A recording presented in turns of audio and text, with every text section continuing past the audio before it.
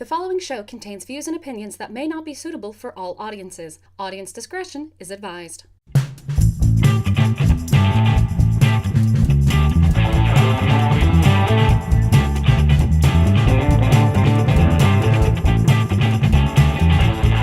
Howdy, everybody, and welcome to Thespian Talk. I am your host, Gomer the Ranting Thespian, and with me this week is the cat. Hello, everyone.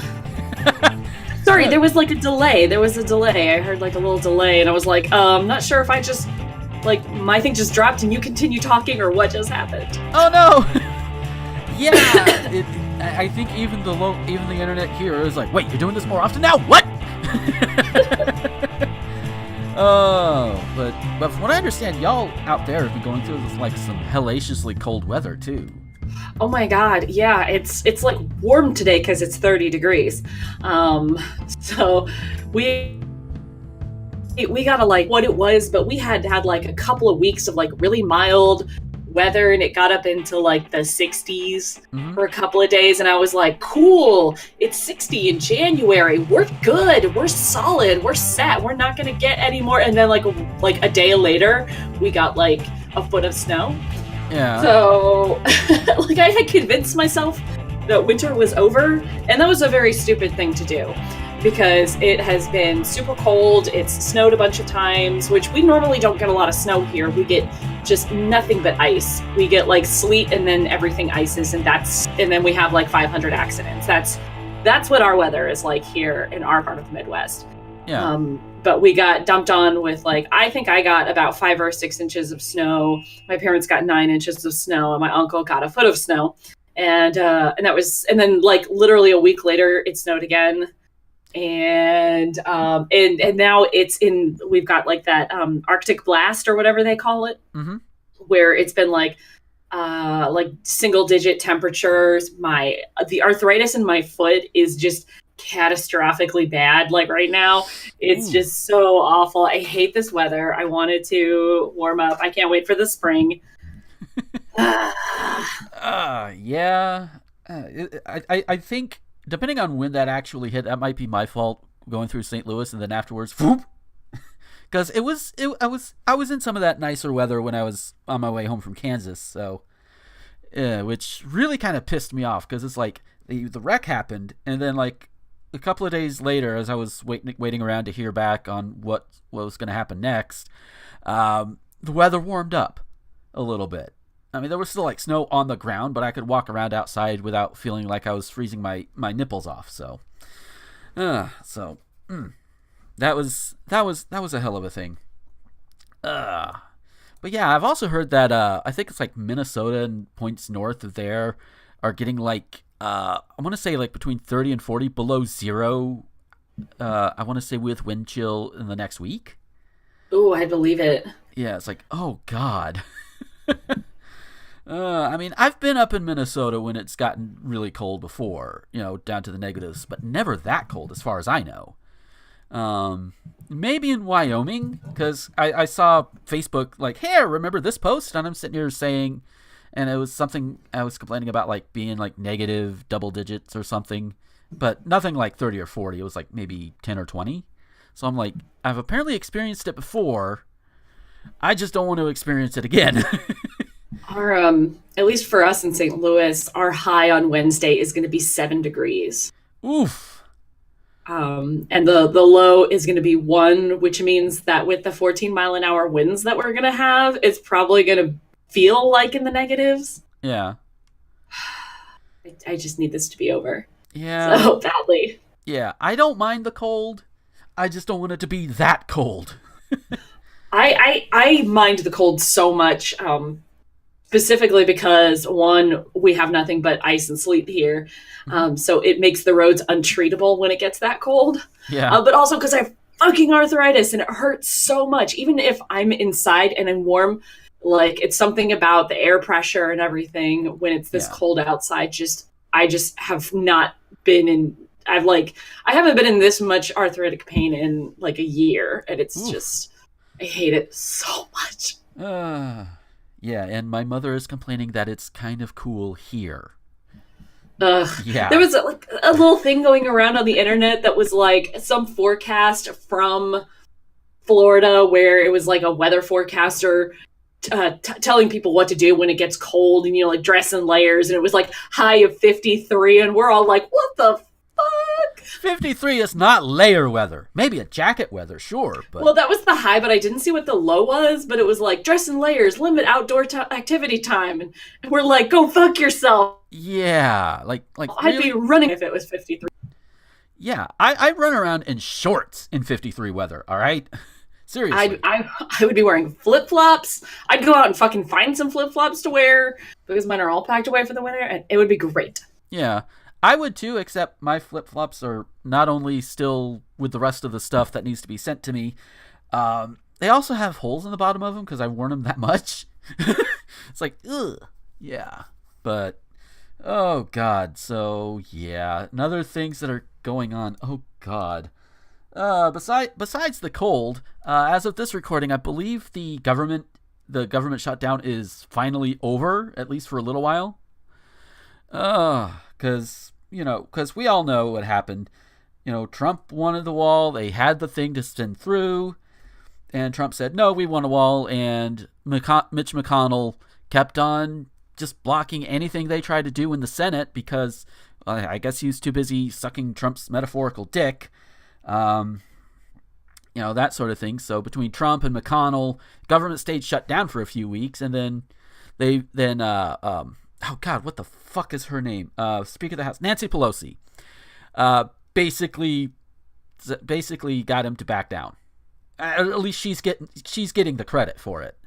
But I believe the credit is very well due. So yeah, government's back open. Everybody's going to get their paychecks and all of that. And Trump is already threatening, well, if we don't have a good deal on the wall or whatever, I don't think he said those words, the wall, but I know that's what he means. Then then it can shut down again in 3 weeks, or he might use his emergency powers, because he's an asshole. Yeah, just for right now, I'm just glad everybody who deserves to get paid, which is all of the workers who were furloughed or having to work without wages, which, by the way, if you're coerced into working without wages for things like the government or things like that, there's a word for that. And that was supposed to have been outlawed, back in the 1800s. Just saying. So how do you feel about all the government stuff coming back up, Kat? Well, I'm really glad my dad actually was employed this time around because the last couple of government shutdowns have been around times where my dad is like a private government contractor kind of spy thing. And he has been out of work for several of the shutdowns. So I was really excited that, my parents wouldn't have to literally drop every plan that they ever had made in order to save money because of the government shutdown. Yeah. Especially right now because my brother is getting ready to ship out to Kuwait and they're actually out of town right now visiting him for Family Day right before he ships out. And I feel like if this government shutdown thing had affected my family personally, we wouldn't have done that. And then we would have sent my brother off to Kuwait with, without having seen him one last time. And, so I was kind of like freaking out for a little while. Yeah. But it turned out okay for us personally. But this whole thing has just been immensely frustrating because that this is all about the wall. And the idea that Trump is trying to push that there is a, quote, humanitarian crisis at our southern border is just absolutely unfounded in any kind of logic or evidence or reason at all. And it's just so frustrating that even my, less liberal coworkers are all just like, fuck that guy. Yeah.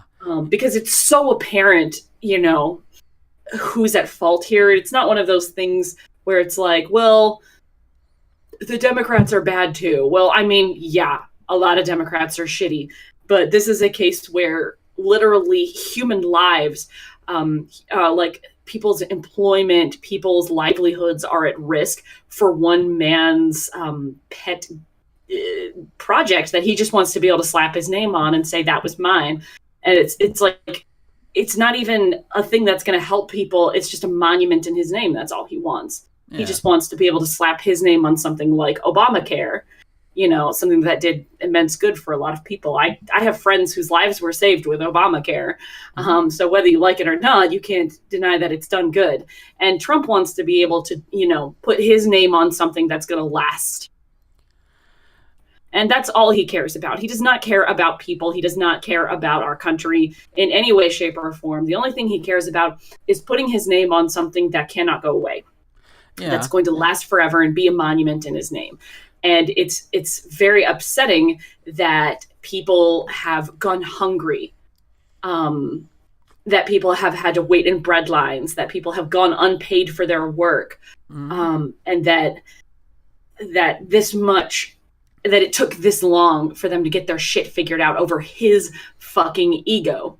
Yeah. And a lot of people are saying, good job, Nancy Pelosi, but we didn't really see too much happening until LaGuardia shut down. Yeah. That's one of the things I was reading about, was people saying, don't thank Nancy Pelosi. She didn't do anything.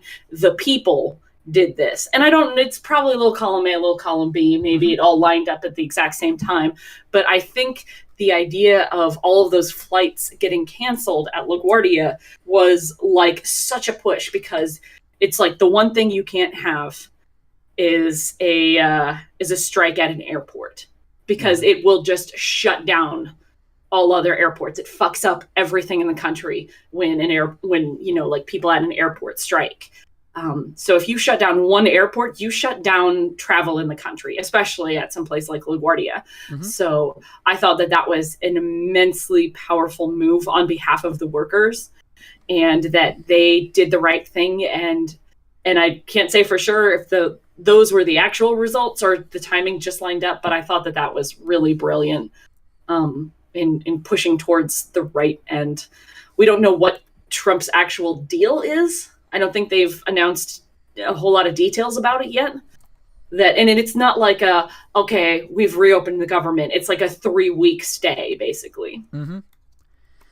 And during these 3 weeks, he's right back to threatening, like I said, threatening the shutdown, threatening emergency powers. And it's like, he could just, you know, fuck him. Just fuck him. The thing is, Congress, from what I understand, has the power to override any veto he tries to put on any of these deals. They have the votes for it, or at least they have had it at one point, if the Republicans would actually stand up to him and not fawn all over him. But you know, I don't know if that's going to be the same the next go around or whatever, but you know, y'all have the power to tell him no, and he needs to be told no repeatedly until we are all blue in the face and he gets it through his thick fucking skull. I suspect that in the 3 weeks' time that they will not come to a conclusion, and that we will have to shut down the government again, but it won't last as long. Yeah. That would be my guess. That's what I would put like $5 on it. Yeah. In 3 weeks, they won't come up with a better plan, that we'll just be back at square one. Yeah. You know, in terms of the government shutting down, I'm hoping that I think I saw something on social media saying that somebody was trying to float a bill or something to prevent shutdowns in the future, which I'm all for that, sure, because why should government workers have to suffer because the leaders of this country that we put up there can't agree on something? So it's like, you know, let the people keep working. If they're at a standstill or whatever, then you know, they just make sure it's funded no matter what else is going on, and be done with it. I don't know how feasible that is, but it's at the very least it's a good goal to have, in my opinion. Yeah, I honest to God think it should be the complete opposite, where if they can't pass a budget, that they should not get paid and the government should continue operating. And they don't get paid until they come up with a fucking solution. Because I bet you anything, they would have a solution within a fucking day if they were told that they weren't allowed to get paid. Because I believe, if I'm not mistaken, they all got paid during this government shutdown. Yep. And most of them are beyond wealthy. They do not have a problem making ends meet. They don't understand, the everyday person who is living paycheck to paycheck, who can't save, who has a shitty government job. They probably can't even fathom that there are shitty government jobs because their government job pays them so well. Mm-hmm. But God, what did I see? There was a woman who was a guard at the Smithsonian. Mm-hmm.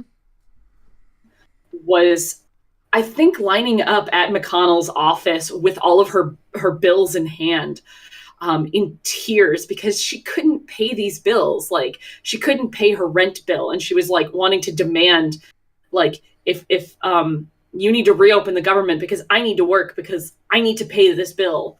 And it's so ridiculous that, as per fucking usual, when the government is inept, the people who get hurt the worst are, like the working poor. Yeah.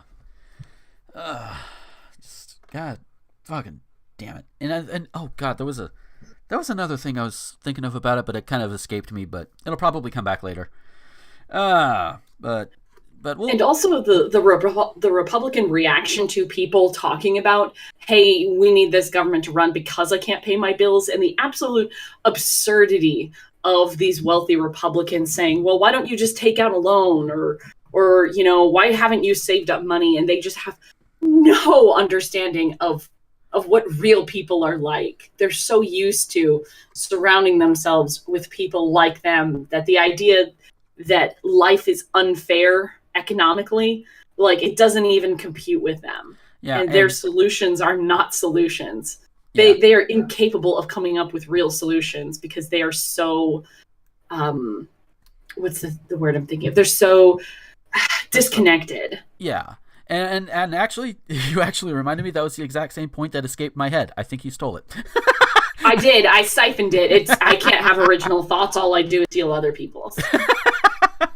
But yeah, oh God, that was the one. Oh, I forget his name, but he was on TV saying, I don't understand why they have to go to a food bank. Like, really? You don't understand that? And of course, there's also Trump himself saying that, well, grocery stores will just give it to you on credit. They'll just do that. I bet you money I could drive down to the Piggly Wiggly here in town, walk inside, talk to the manager, and ask them, hey, if I come in here and I am dirt poor and I don't have the means to pay for food and I am extremely hungry to the point of near starvation, would you charge me for food? Given that this is a small town, they probably wouldn't, but in a larger city, they probably would still have to charge. Walmart would most likely still charge because they don't give a shit. And by they, I mean the higher ups. I mean, I know like the lower people would definitely care. The higher ups, all they care about is their money. But even without the extreme scenario that I put out there, just people who are out of food, they're not necessarily starving yet, but they just need food. Odds are they would still be charged for it because grocery stores, even the Piggly Wiggly here in town, they're not going to give it away for free most of the time. Unless it is an absolute super dire need, that person is going to die on our doorstep. And even then, it depends. In a capitalistic society that our government embraces and loves and promotes so well, you would think they, of all people, would be understanding of the idea that businesses have to make money, and they don't make money, generally speaking, by just giving stuff away. Yeah. So, there are a lot of great companies and businesses out there who are helping for the furloughed government employees, and they're doing their best to support people. I've seen, places giving away free gas, free meals, stuff like that. Yeah. But no company should have to do that. You shouldn't have to do that. It's sort of like when somebody does a fucking GoFundMe to pay for their medical bills. We should not live in a country that's what you have to do. Like, your government is not providing, a place where you can succeed and thrive, then the government is bad. I'm sorry, it's just bad. I agree. And it should be changed. You know, and we're starting to with people like Alexandria Ocasio-Cortez getting in there. We need more people AOC, like her in there. AOC. Yes. I love her so much. She has no chill. I know, right? And she's the government official for our generation, and the generations to come. She's us. Yes. Maybe it makes me wish I lived in her district, but I probably could not survive in her district financially. I honestly couldn't afford to live in her district. Exactly. See. Oh, and speaking of which, I don't remember if it happened between these two shows or if it happened already, but you know the big H Bomber Guy live stream that happened. Oh yeah. I saw her. She called in on it. Yeah, she called in on it. I know Jim Sterling called in. Grant Kirkhope, I think that's how you pronounce his last name. The guy behind like Banjo-Kazooie, guy who helped make Donkey Kong 64, which H Bomber Guy was playing. He raised so much money for trans rights and for, I think it's Mermaids, the trans organization that fights for trans rights. And it was just amazing. And it was all to just spite this one fucking transphobe. Because, or I say it's all to spite it, but obviously, you know, the effects are very far reaching. Very positive effects are far reaching. And that is just fucking awesome. I was going to say, if it was all to spite one person, then I aspire to that level of petty. Yeah. Well, I mean, even if it was just a spite, that's pretty, you know, it's spite for a good cause. Yeah. But one person I'm very glad did not show up there is somebody else who's been, he's been trending more on social media lately. I think I mentioned him a little bit last week, but it's still going on. And I know Kat and I have talked about him at least once before. So so we're both friends with Mars Girl, and so Kat, you've likely seen the Kick Vic hashtag going around. Yes, I have a lot of thoughts on Vic, and I haven't made them very public, because I'm a con staffer, and I have worked with Vic before, so I kind of feel like I have a different perspective on things than other people. Yeah. And also I have like not a reputation, but I really don't necessarily want all of my thoughts in print on the social medias, but I'd be happy to share my thoughts with our listeners. Yeah, by all means, if you want. So I've worked with Vic. I was his handler at a convention. And I did not see anything that weekend that people normally talk about Vic. And honestly, a lot of it had to do with the fact that he was dating a super hot redhead at the time. Oh. And so my thoughts were, oh, yeah. You don't misbehave when you're dating a redhead. That's just not a thing you should do. But I think if I had to estimate based on the things I've heard from other con staffers and fans and stuff, is that he used to display a pattern of behavior that was really inappropriate. Yeah. I don't think he does it anymore, but he does. He is a very religious dude. Mm-hmm. He's very preachy about it. So I can't speak to, homophobic remarks or anything like that. I don't think in recent years he's said or done anything for the fans that I've heard a lot about, like firsthand, that was purposefully offensive. Mm-hmm. I think there's a lot of assumptions about him because he is very religious. But that being said, back in the day when he first started getting really popular, when Full Metal Alchemist first came out and the Risen Bull Rangers were still like actually a thing whose opinion literally anyone cared about. I have one of my very good friends was a Risen Bull Ranger at the time.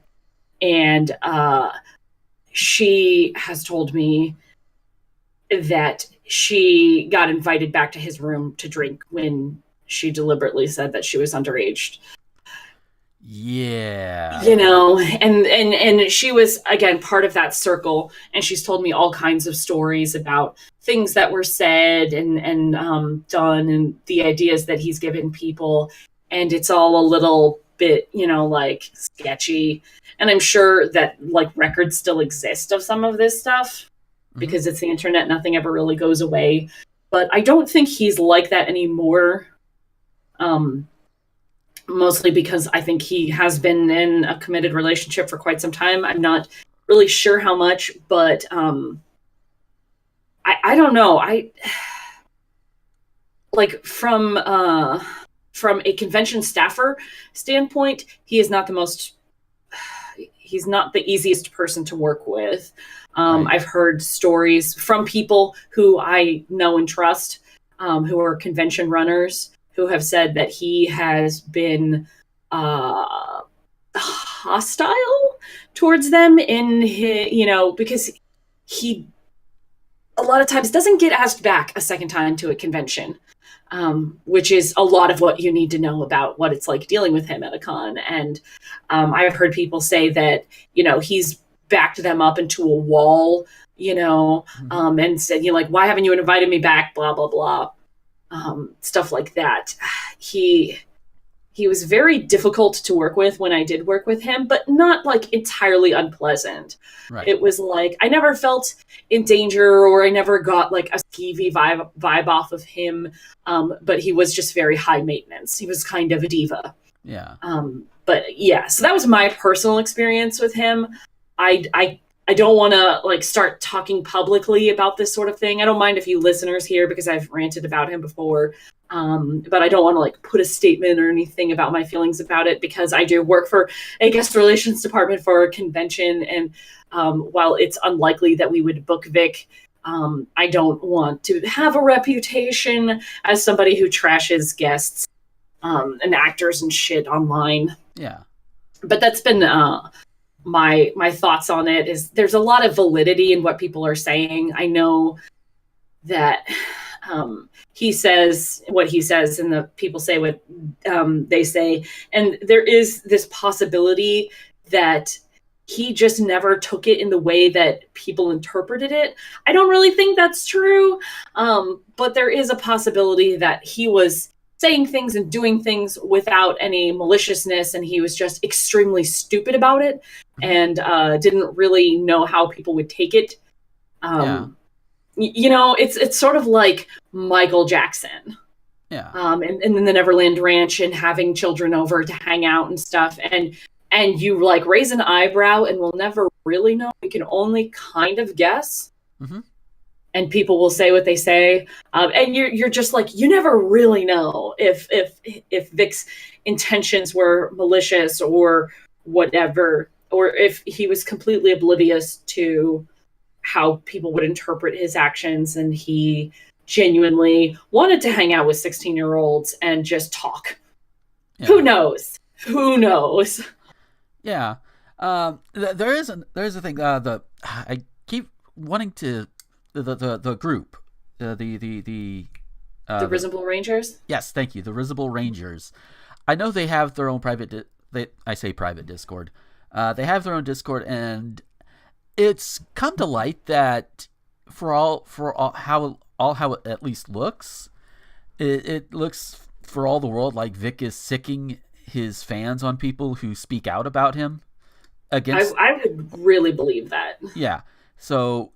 That's kind of a sign to me that's like, he seems very overly defensive when people bring up things like that.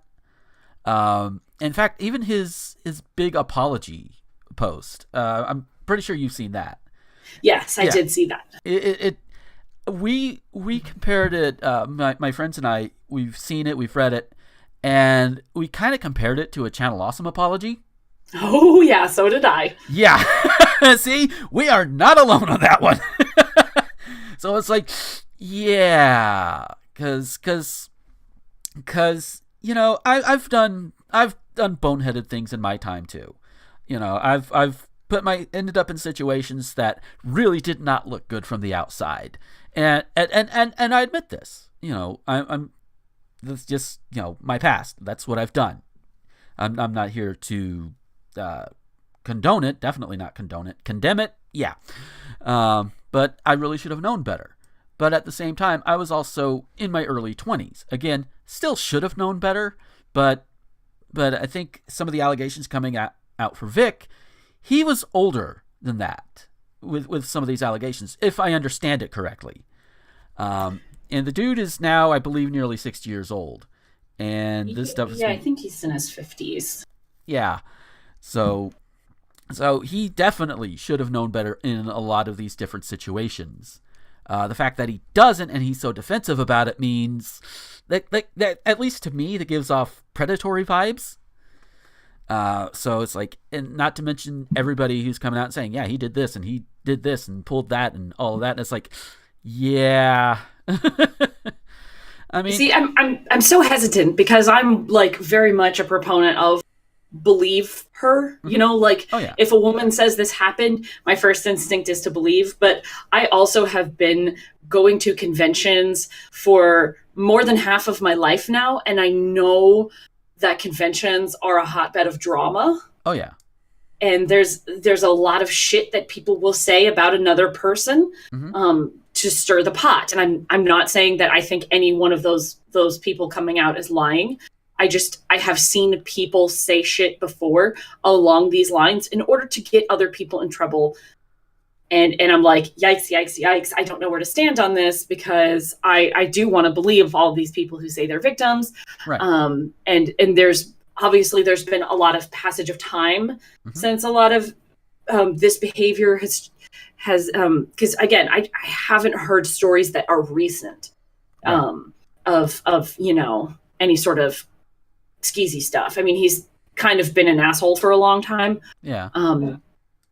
And that probably hasn't changed too much for people. But to the skeezy stuff, I haven't heard anything in quite a gap of time.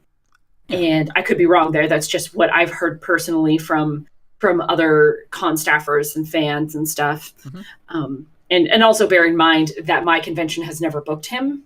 Right. And so if I'm hearing stuff from fans, it's either at another convention that I've worked that has had him, or people in my community who have gone to other conventions. So we haven't had him. So it's not like everybody's going, oh yeah, we've all met him. It's like a handful of people who have seen him here and there. Yeah. But I honestly think that he is, if I had to guess, just based on the time that I've known him, which was not for a very long time, and the behaviors that I've witnessed and heard about, I really think that that he did some shady stuff in the past, but that was a while ago, and that he's really probably very embarrassed about it and is trying to hide it as much as possible.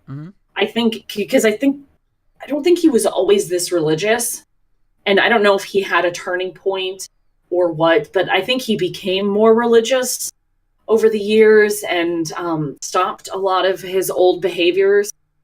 And I think he's very embarrassed about it and probably trying to cover it up or hide it. And to, you know, if not flat out deny it, but at least not to have to deal with the consequences of it right now. I don't know if he's already just made peace with the things that he's done in the past and just doesn't want it to come up again, or what. And again, I could be wrong about the timelines of some of the stuff, but but it was quite a while ago that Full Metal Alchemist first came out and the Risen Bull Rangers became a thing. But they are a very dedicated group to the point of kind of sort of being a little bit cultish. Yeah, that's because and I say this because my friend was a Risen Bull Ranger and kind of got burned by them because she had brought up something that Vic had done that was a little and they fucking roasted her live. And so they're very defensive. They don't need Vic to egg them on. Yeah. They will do it on their own. They will act out on their own. But it has been a long time since they've been relevant. Yeah. So I don't think they have as many followers as they do, but they are very, very protective. Yeah. And very definitely very name calling. I know Becky has been getting, retweeting and reblogging like the Kick Vic stuff, because she, like some other people, she is not a big fan of Vic Mignogna because of the stuff he's pulled, and the fact that he's still getting work and not really had to pay for it. I think that's where at least some of the current vitriol against him right now is that he's still getting all of this great work and everything. I think he recently is on the newest dub of Dragon Ball dub. I know he is on season 3 of the JoJo Bizarre's Adventure run, which covers part 4. And we even have an in-joke that the character he voices... Yeah, but I'll tell you, he doesn't get as much work as he used to. He's... Yeah. From the impression I've gotten from him, from actors and directors that I've talked with, is he doesn't get as much work as he used to. Mm-hmm. And so when he's super, super, super nice... God, this is way too much insight, but he's really, really nice to directors. Like, he kisses a little bit of ass to directors. Because it's a little bit harder for him to get work now. So you see his name out there in, because he's Broly. He's been Broly, for a long time now. That's why he's in that fucking film. Yeah. But he isn't getting as much work as he used to. And if you see him interact with other actors, especially in like group panels and stuff, he knows, maybe just subconsciously, maybe consciously, that he isn't hot shit anymore. Yeah. So he, in like panels and stuff, has been known to subvert the panel to make it more about himself, because there's all of these younger actors who are more relevant, more popular, and honestly better looking. Yeah. I don't know if you could tell by the everything about Vic, but he has had work done. I did not know this. Oh no, I definitely knew this, and it's like there was like a photo going around of, look at all this photoshopping, and I'm like, that's not just photoshopping. He has had a little tuck here and there on his face. He definitely has this like a little bit of a Peter Pan syndrome almost, where he wants to be young and hip and relevant, and he's just not anymore. And so there's a lot of people who don't like working with him because he is a little bit, maybe subconsciously, but he tries to undermine those younger actors and stuff who are more popular than him. Yeah, these are just things I've noticed, things people have told me. There's definitely like videos online where you watch like somebody recorded a panel at an anime con, and it'll be like Todd Haberkorn or Tatum or one of those guys talking, and Vic will interrupt and try to make the whole topic about himself.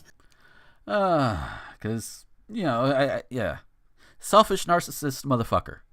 Yeah. Narcissistic. And, Vic didn't do a lot and became very well known very quickly. So he was like the star. He was the hottest shit for a couple of years because he was getting all these great roles, and he was Edward Elric. And he stayed relevant for quite some time, but eventually, as these other actors have come in, and he's just not as nobody's really starstruck by him anymore, except for his really diehard fans, and I think he's one of those guys who got like famous too fast and doesn't know how to deal with not being the most important person in a room. Yeah. So basically somebody who, if he hasn't already, needs to be knocked down, metaphorically speaking, a few pegs.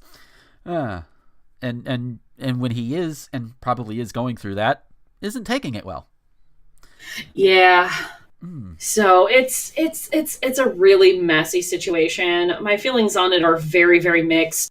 I've been in the anime fandom for a long time now, and it's really weird to see this public of a calling out of somebody who has been notoriously toxic for the fandom. Yeah. And I'm wishy-washy on where I stand, and I know like people would probably like it if I took a harder stand on these things, but I'm trying not to burn bridges. Yeah.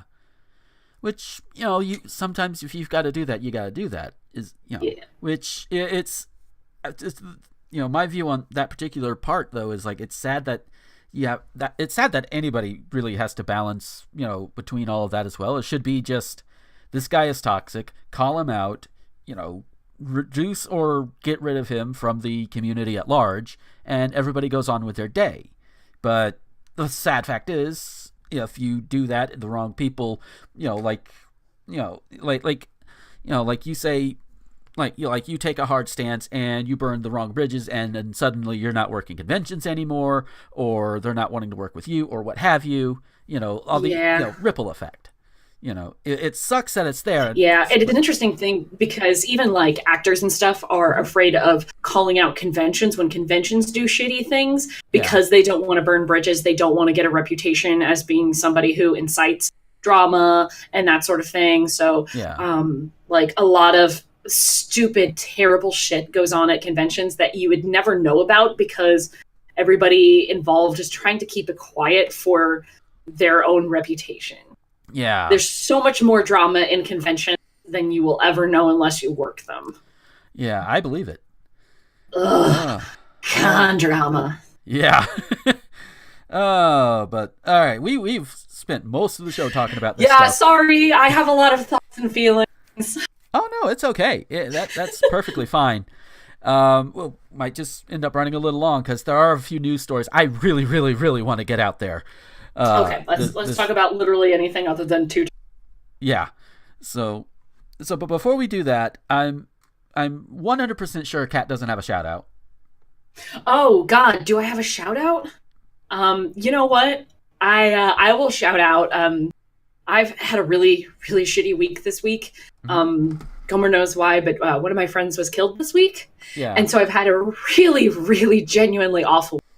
And the only thing that has kept me distracted is it's not new, but I have only recently discovered a show on YouTube and Twitch called High Rollers. It's it's like a D&D broadcast like Critical Role, which I've been obsessing over Critical Role for almost a year now. But High Rollers is a really cool show, very much like Critical Role, live D&D playing. It's a bunch of like really cool British people. And the DM was on an episode of Critical Role. That's how I found out about the show. And I'm caught up in the second campaign. So I've been going back and watching the first campaign that I had no idea anything about. And I'm absolutely obsessed with it the last couple of weeks. And this week it really, really was emotionally supportive for me. So I just want to give a shout out to High Rollers. Let me see if I can get a link. I don't know if their YouTube is just like youtube.com/High Rollers or whatever.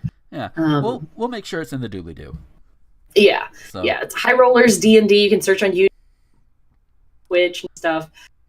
Really cool show, really fun, interesting people to watch. If you enjoy Dungeons and Dragons and want to watch other people play Dungeons and Dragons, it's a really cool show. Check it out. Yeah. And as for me, I've recently, and by recently I would say in the last 6 months or so, while I was still on the road, I found this channel called False Swipe Gaming. It's a channel that covers competitive Pokemon formats. They basically take a look at a particular Pokemon that's popular within the competitive Pokemon scene. So you'll have more popular Pokemon. You'll see like your Pikachus, your Lucarios. This week, as we're recording this, they had an episode on Lugia, which is one of the legendaries from Generation 2. And as of right now, the video is, I guess, down for a little bit. It might be back up by the time this is live. But they have so many others. If you're interested in competitive Pokemon, False Swipe Gaming over on YouTube. That link will also be in the doobly-doo. It's pretty fun. So yeah. So with that, let's go ahead and head on to our news. Because our first one is, I want to say almost breaking news, because I found this right before we started recording. Out of Washington State, of all places. An ongoing outbreak of measles, one of the most infectious diseases known to man, in Washington State, has prompted the governor to declare a public health emergency. As of Saturday, there were 31 cases in Washington's Clark County, which borders Portland, Oregon. Most of the cases involved children between 1 and 10 years old who had not been vaccinated. Let me repeat that. Most of the cases involved children between 1 and 10 who had not been vaccinated. I think you could tell where I stand on this one. Vaccinate your goddamn children, you motherfuckers, because then you have shit like this happening. Ugh. They also go on to note that there is one adult case in nearby King County, whose largest city is Seattle. I did not know that was where Seattle resided, in that particular county, but I don't make it a point to study all of those. Oh, in the Clark County outbreak, people with the virus had visited public places, including healthcare facilities, schools, and churches, as well as IKEA and the Dollar Tree, potentially spreading the virus to others. Yeah, I skipped over a whole bunch of it, but in short, measles, very infectious. You know, you could sneeze in a room, and then somebody else could come in later, and they would get it. They could get it because the virus just hangs around in the droplets. Like, hey, we're out here. We're going to do this thing. Oh, hey, here's a dude. Whoop, right in there. And if they're not vaccinated, they're likely going to get it. So yeah, this is why you vaccinate your fucking kids. And it even says in the article, measles can be easily prevented with the measles, mumps, rubella vaccine, which children in the U.S. are supposed to get before entering kindergarten. Most everybody who gets the 2 doses of the vaccine will never contract measles, even if they're exposed. So the vaccine goddamn works. There is no excuse, and don't even, if you're an anti-vaxxer and come in here and be like, well, there's the mercury and the autism. Like, number one, mercury would be trace amounts, not even enough to hurt you if there is mercury in there. I don't remember if there is. I'm going off the top of my head on that one. And number two, if you're worried about your child having autism, what does that say about you? If your child never gets vaccinated and they're autistic anyway. And also, autism isn't a disease. Gah! Wow, tell us how you really feel, Gomer. Yeah. Just motherfucker. Vaccinate your fucking kids. I don't think, and in 2019, we should have to explain herd immunity, but herd immunity. Guys, come the fuck on. So, like, this has become incredibly relevant to me recently because one of my coworkers was just diagnosed with a really terrible, debilitating disease. And the only way for them to prevent the further spread of it is by basically killing his immune system. So basically his immune system is working in overdrive and it's like destroying his body slowly. It's really awful. It's bad.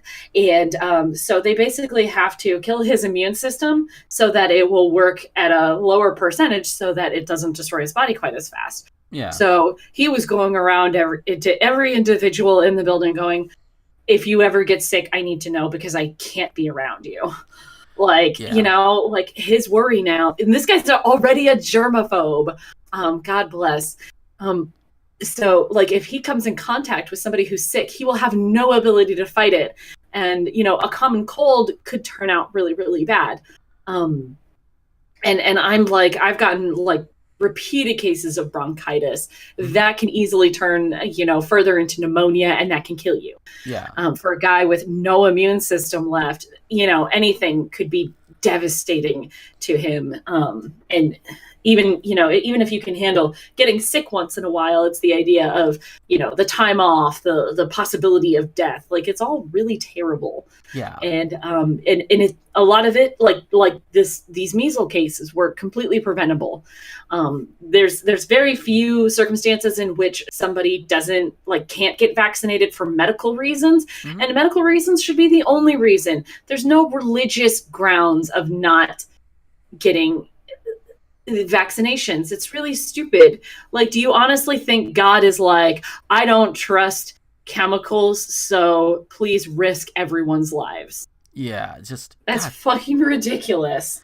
It is. It really is. Just And also, I should also note that Washington and Oregon, they are. Let's see, where did I see this in the article? Yeah, basically, they have like opt-outs where it's easier. Well, okay, here it is. Oregon and Washington are more permissive than other states when it comes to allowing parents to opt out of vaccines for reasons that have nothing to do with health. Guys, to kind of I'll reiterate what Kat said. I am all for freedom of religion. You want to believe what you want, that's fine. The moment that it starts hurting other people, we got to have a talk. Or at the very least, a slap upside the head. And guess what? You not vaccinating your children because God tells you no does. It's going to hurt other people. You deserve a massive smack upside the head, at least figuratively. So no, sorry. If you come at me saying, well, my God says in religious freedom, I'll say, no. Other people's well-being trumps your religious freedom at this point. Fuck you. It's just, Your freedom of religion does not supersede children dying. Exactly. Like, really, we shouldn't be having this discussion. We shouldn't, but we have to, because there are people who think that way. But we have another story. People still being stupid. I say stupid. I don't know if that's the right word, but we'll figure that out as we go along. But in a maybe not as harmful way. Maybe. I don't know. Out of Boston. Or specifically Wareham, Massachusetts. Wareham officials are asking local residents to not, among other things, feed seals peanut butter and jelly sandwiches after one of the animals was found ashore Monday, along with a few sandwiches. I'm sure someone came across it and felt bad for it. Gary Buckminster, the director of the town's Department of Natural Resources, told Boston.com, while the intent was nice, they thought he would love a peanut butter and jelly sandwich on his way down the coast. We frown upon it, he said. Buckminster had responded to a report Monday afternoon of a possibly sick or injured seal at Swift's Beach. Upon arriving, he found a group of worried onlookers surrounding a harp seal that had come ashore. Some were planning to fetch blankets to wrap around the animal, given the freezing temperatures. However, Buckminster said the seal had no visible injuries and appeared in otherwise good health. Harp seal cubs typically migrate south from the Canadian shores during the winter, making stops along the east coast. They're just trying to rest, Buckminster said. So, it's people being concerned, which is good. So, stupid, maybe not stupid, but more ignorant, because I'll be honest, I'm not up on my sealology, or whatever the hell you want to call it. Oh God, I hope it really is called sealology. That would be awesome.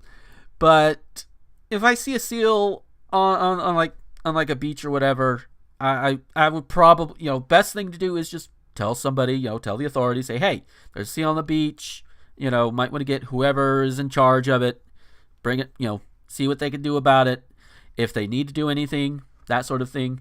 And in this case, it's just, they're just trying to rest. It's like, yeah. So it's a cute little story. Just people being ignorant. What do you have to say, Kat? God, nothing. I'm just picturing a bunch of seals eating peanut butter and jelly sandwiches, and it's really goddamn adorable. Yeah. that honestly would be.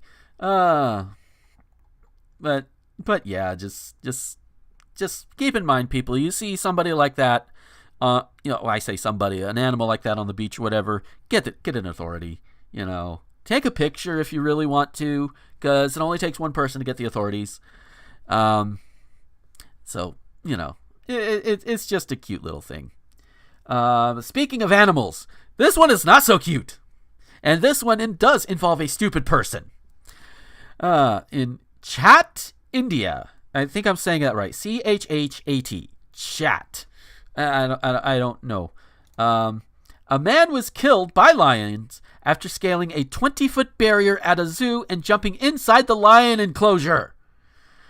The incident happened at the Chatbir Zoo in India. Authorities saw the man climbing the barrier and tried to talk him into coming down, but he jumped inside the enclosure. Because fucked up police, apparently. One of the lions saw the man falling and immediately attacked. Another lion joined in the attack. The rescue teams were not able to get to the man until the lions left him alone, and he died from his injuries. Well, no shit. And they do make a note. The lions involved were Asiatic lions. I think that's how you pronounce it. They are critically endangered, and only about 500 exist in the wild. So not only would the reason why they couldn't do anything because those lions were endangered. Not only that, I don't think they wanted to get eaten either, which I don't blame them. But this is another example. Don't jump into don't jump into the enclosures in a zoo. They are closed in there for a reason, for everyone's safety, not just their safety, your safety too. Sorry, if I see a lion coming after me, I may as well just shit myself because I'll be dead. Because I ain't stopping that. Just, sorry, not doing that. So the idea of jumping the fence and getting in there with them, yeah, lions are big kitties. I love kitties. I ain't about to get in there and try and pet a lion. God, if you want to play with big cats, go work in a big cat sanctuary. But do not jump into pens with animals. No. Just don't. Oh my God. Gosh, Darwin Awards, guys. Yeah. Darwin Awards. Just, I mean, I would love to know what he thought was going to happen. Especially, okay, it doesn't say, 20-foot barrier. 20-foot fall. Okay? Assuming you don't break anything. You're gonna spend a couple of seconds recovering, at least. Assuming you don't break anything. That's just enough time. Maybe this guy was, and this is legitimate, maybe this guy was trying to commit suicide. That is also a possibility, which makes it a lot more tragic. Suicide by mauling. And I say this because I don't think I've ever heard of anybody doing this, but one of my friends and I were talking about how if Jurassic Park was real and I was dying, I would 100% be okay with being fed to a dinosaur. This is really fucked up, but we came to the conclusion that if Jurassic Park was real, and even if it took it, if I was 99 years old and I was just ready to go, I'd be like, yeah, sure, I'll be eaten by a dinosaur, because what a cool way to go, right? If you have to go, why not get eaten by a dinosaur? So maybe this dude was suicidal and was like, if the fall doesn't kill me, the animals will. This is true. Suicide by Nom. Suicide by Nom. There's the episode title. There you go. Oh. It's also my first cookbook, Suicide by Nom. It's explaining how I'm going to make really foods. It's going to be great. Oh, God. So we're going to go back out to the Pacific, out to Hillsboro, Oregon for this next one. I'm sensing an animal theme for at least a few of these stories. And this one is just a whole what the fuckery. A man was sentenced to 20 months in prison for sexual assault of an animal and unlawful use of a motor vehicle. I think the sexual assault of an animal would get more than 20 months, but that's just me. The investigation started when the Washington County Sheriff's Office learned that a stable owner had a horse in her barn that had been sexually assaulted. The woman's daughter, a veterinarian, conducted an examination of the horse and took samples of fluid found inside the animal. So, you not only did you rape a horse, you raped it bareback. Ew! Ooh, boy. Kenneth Duckneck? I don't know. Duck Dynasty? Maybe. Was identified as a suspect in the case, and detectives found him at an area Walmart sleeping inside of a stolen car. Duck Dynasty admitted to going into a stable without permission and touching a horse's tail, but denied any wrongdoing. He agreed to a DNA sample, which was a match to the fluid found inside the horse.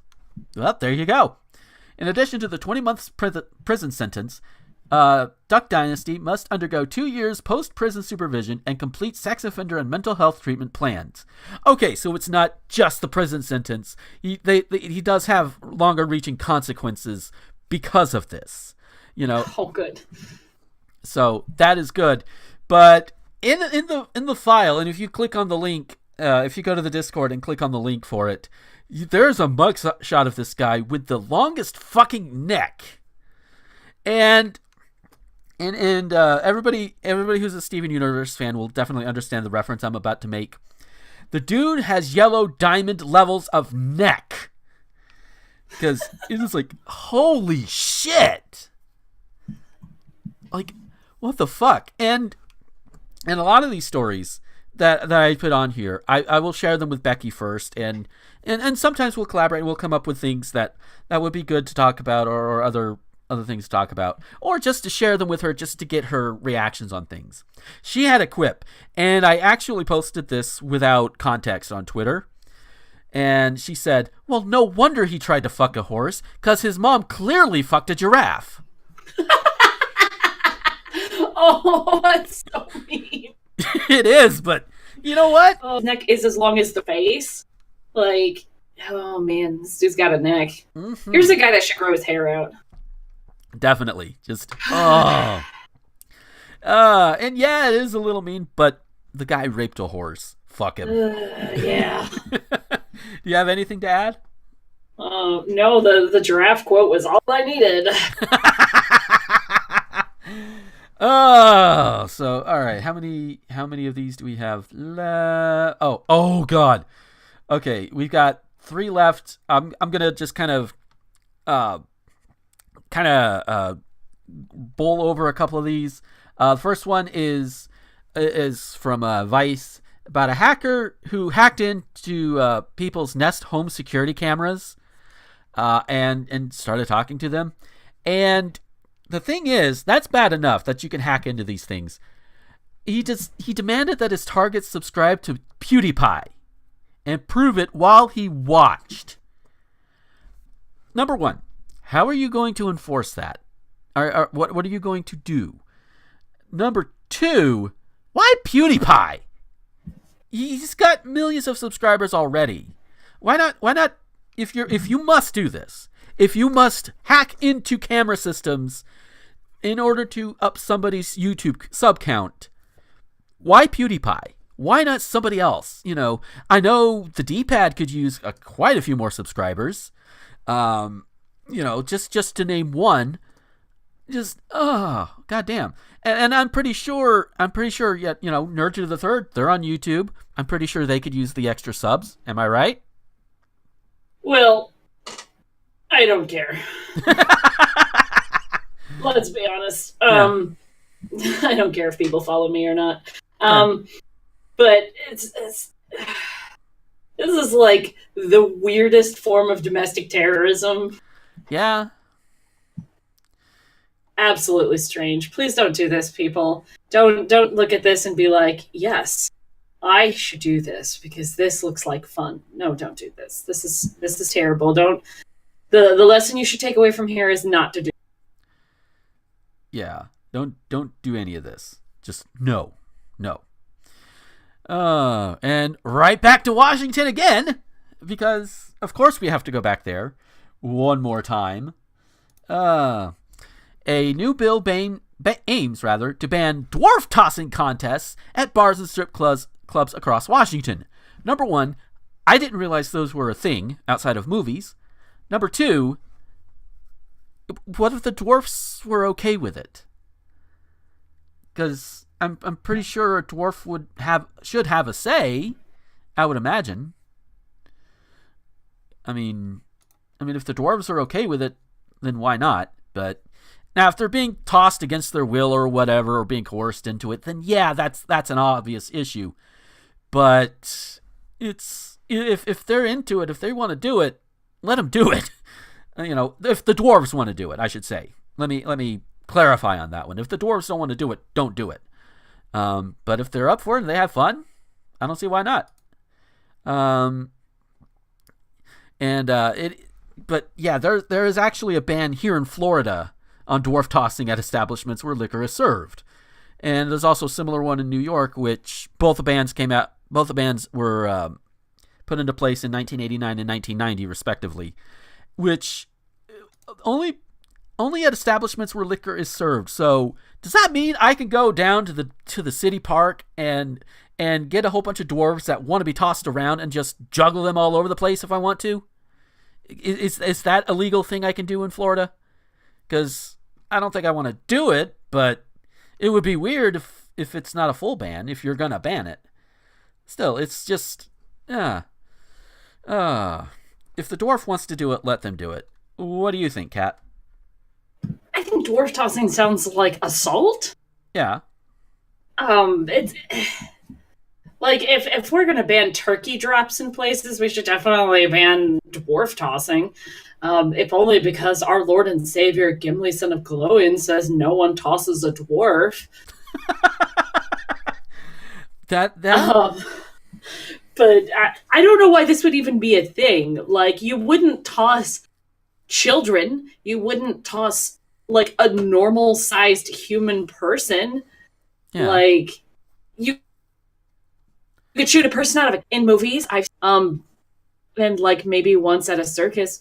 But that's like I'm making this choice to do this thing, and it's not, like, there's no fucking betting involved. This...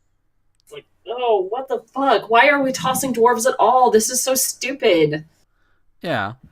Nobody else would do this. You know, it's like, you wouldn't say, you know, like, tall people tossing, or like an ethnic race tossing. So why is it okay to toss this one certain type of people when anyone else you would just call it, like, assault? Yeah. Which, I see that side of it as well. Where I fall is, if the dwarves themselves are okay with it, then that's on them. But if they're not okay with it, then it should be on an individual basis, I think. If they know the risks and they want to participate in it, then that's up to them. Because you know, they're human too. You know, they should have a say. But you know, I can see both the sides on that one. So, but yeah. So this last one, oh God, I'm willing to bet that at some point, if this ends up going super viral within the next week, this is going to end up on an episode of Trends Like These, and we're going to have a great dramatic reading from Courtney Enlow on this one. But before that, we're going to talk about it a little bit. So now the funny thing is, dwarf to tie it in with the last story just a little bit, dwarf tossing did originate in Australia, which is where this story is coming out of. In today's dose of alarming, unpractical, and hilarious viral wedding news, one vegan bride in Australia is getting slammed for not inviting meat-eating family members to her nuptials. Her reasoning? Because they're quote-unquote murderers. That's one way to narrow down your guest list. That was put in there by them, not me. News.com.au reports that the bride, whose name remains unknown, sought solidarity regarding her troublesome wedding ban in a vegan Facebook group, Vegan Revolution, Tuesday night. In a now-deleted post, the plant enthusiast explained the sitch to fellow herbivores. When your family tries to guilt-trip you into letting them come to your fully vegan wedding, even if they're omnivores, she wrote via social media with 2 laughing crying emojis, just for some context, some family members were told they are not invited to my wedding because we don't want to host murderers. Our wedding is supposed to be one of the happiest days of our lives. Don't you just hate when people who don't share your dietary principles ruin your wedding? Like, oh my God. The oh my God was mine. Everything else was there.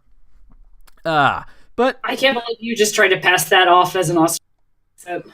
I don't really do well with Australian female. It's not hard, mate. It's a really easy accent to do. Sorry, I'm just good at it. I'm just giving you shit, mate. I'm just giving you shit. Yeah. Well, I am a little bit out of practice, so. Thankfully, Facebook users within the group didn't see eye to eye with the carnivore-shaming bride, calling her out on her rather unorthodox reasoning. According to The Sun, one fellow vegan suggested that this actually marks the perfect time to promote delicious plant-based meals.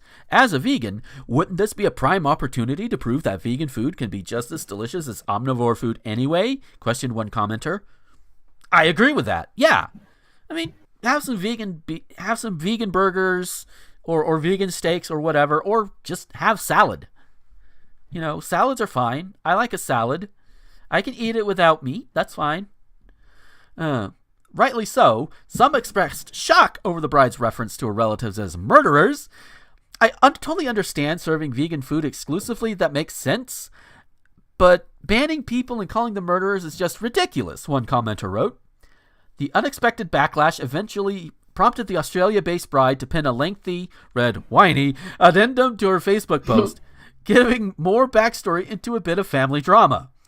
They have consistently attacked me and my partner just for being vegan, she said.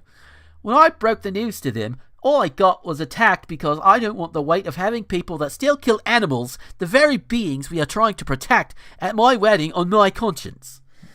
I may have done better on that one, I don't know. The sulky bride-to-be further defended her choice. I have tried to educate these people for more than 2 years with no result, so I'm not putting up with it at my wedding. The rant concluded with, I'm sorry if that makes me rude or a bitch, because I'm not compromising the ethics that I share with everyone here. We're still not seeing validation for pigeonholing your family as murderers, but okay. There's no word on whether the Facebook poster has had a change of heart after garnering so much attention, but something tells us she's pretty set on her no carnivores allowed nuptials. But unless there's an RSVP option requesting the people to state their usual diets, this Aussie may have an unrealistic shot of prohibiting every meat eater from the wedding. Best of luck? And I wish there was I wish somebody had a screen cap of the whole post. Oh, that would be so amazing to give a dramatic reading to, because oh god, that has got to be so beautiful.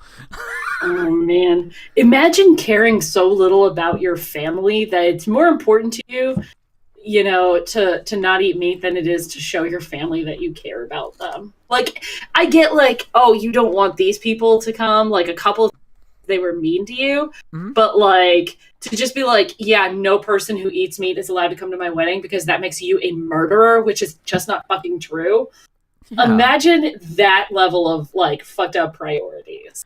Definitely. It's I also think weddings are stupidly expensive and kind of dumb, and have no plans to ever get married. So I'm kind of yeah, whatever about weddings to begin with, but yeah, weddings you should do something that makes you happy. And if ostracizing every person in her family who isn't fucking vegan, I mean, at least she'll save money because no one will go. There you go. You don't have to spend the money if you can't spend money if nobody comes to the wedding. Exactly. Yeah, have that forehead tapping gif or whatever. Oh, but just goddamn people. It's a wedding. I know it's supposed to be the greatest day of your life. Blah blah blah blah blah. Some people have it more than once, but you're taking it way too seriously. What's funny is that this is the exact behavior that vegans get shit all over for, because you can be vegan for health reasons, and that's fine. But it's what kills people and turns people off from veganism, and it is that reputation of the holier than thou attitude about your diet. Yeah. You're making a choice. And you have to respect that other people don't want to make that same choice. And this is why people shit all over vegans, because of people like this. Not because vegans are inherently bad or that the system is inherently flawed. It's because of holier-than-thou bitches like that. Yeah. Oh, so that is going to be it for our show. A little bit longer than the last one, but, I figured we're making up for it. Definitely. I'll own that one. Nah, it's all right. We had a shorter than average show last time. This time is a little longer. Balances out a little bit. I typically want to try and keep it to an hour whenever possible, but that happens sometimes. Sometimes the flow is just there. But before we do pull out of here, I do want to mention again. I mentioned it last week.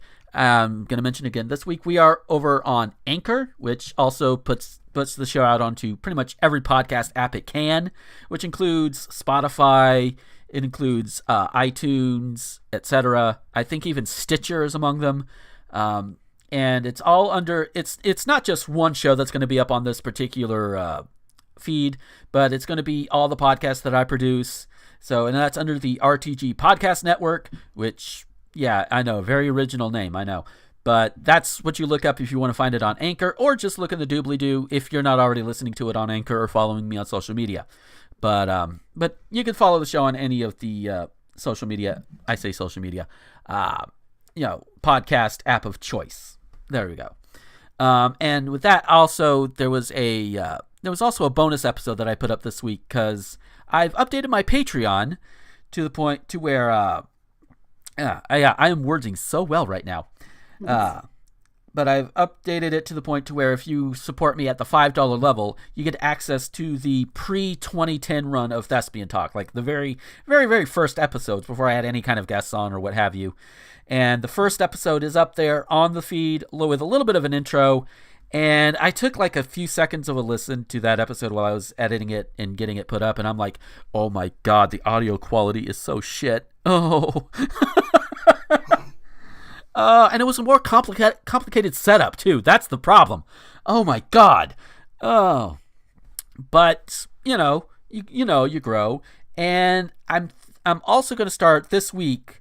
I'm going to start putting the older episodes of this current run where we're on now, starting with the episode with Mars Girl, and doing that until we're caught up. So there's like 189 other episodes to put up on the thing, but those will go up like weekly or bi-weekly or whatever. And I put them up there partially for archival purposes and partially so you guys can see, just how far the show has come. Basically showing the roots, showing the path, that sort of thing. And we can look back and say, oh my God, what the fuck was he thinking? Because I remember getting a comment on the fourth episode when we had Obscurus Lupa on, and somebody noted, she was sounding very uncomfortable, and it escaped me at the time, but listen back and it's like, I hope that I've gotten better about that since then, but just goddamn. Speaking of, yes, we're all shitty podcasters at first. Now we're only mediocre, but we have grown. Yes, definitely. So yeah, those will be coming up. I'm debating on which day they're going to be coming out, but I'll figure that out by the time this is up. Which also means more content just for everybody and for everybody else to get caught up. But yeah, I think that's the last bit there that I can think of right now. Kat, if we wanted to find you on the internet, where could we find you? You can find me on the social medias on Twitter at LabyrinthCat and Facebook.com/NerdistCat. And if you want to check out my other shows, I do a show called What the Fuck with Josh Hadley. I 100% blank literally every I have this show. Because I'm always on that show, having to plug my other shows, so I cannot plug it to save my life. Again, 1201beyond.com, What the Fuck, with Josh Hadley. And then my other show is Nerd to the Third Power. We should be coming back from our Christmas break soonish, I think. But if you want to catch up any of our old episodes, then you can do that over on YouTube and iTunes. And that's all I've got. Sweet. And if you want to find me on the social medias, you can follow me on Twitter, Tumblr, Instagram, YouTube at Gomer21XX. If you follow me on Instagram, it's going to mostly be Pokemon stuff, just a fair warning. You can also find me on the Facebook page at Gomer the Ranting Thespian. Just hit the like there. You can also find my other stuff when I'm able to do it, going up on rtgomer.com. I'm getting back into the swing of things, so hopefully I'll be able to put out more than just podcast content. And even if it's just podcast content, that's fine too, because just a little note, Anchor does allow you to monetize your podcasts immediately, just saying. So, we have that. And, oh God, what else am I forgetting? Am I forgetting anything? I don't think I am, because I've already mentioned that this show is up on all your favorite podcast apps. And as I mentioned before, I do have a Patreon, patreon.com/Gomer21XX. And of course, the artwork is done by the beautiful and talented Becky Hopkins, who could be found at becky-hopkins.com for all links to her webcomic. I believe her Patreon link is there as well if you want to toss money her way and maybe get a commission. Who knows? She does good work. Oh. So with that being said, thank you guys so much for listening to this longer than average episode. Hopefully next week we can get a little bit more of a balance put in there, but you know how things go sometimes. So with that said, thank you guys again for listening. And until next time, this is Gomer, the Ranting Thespian, with the cat, signing off.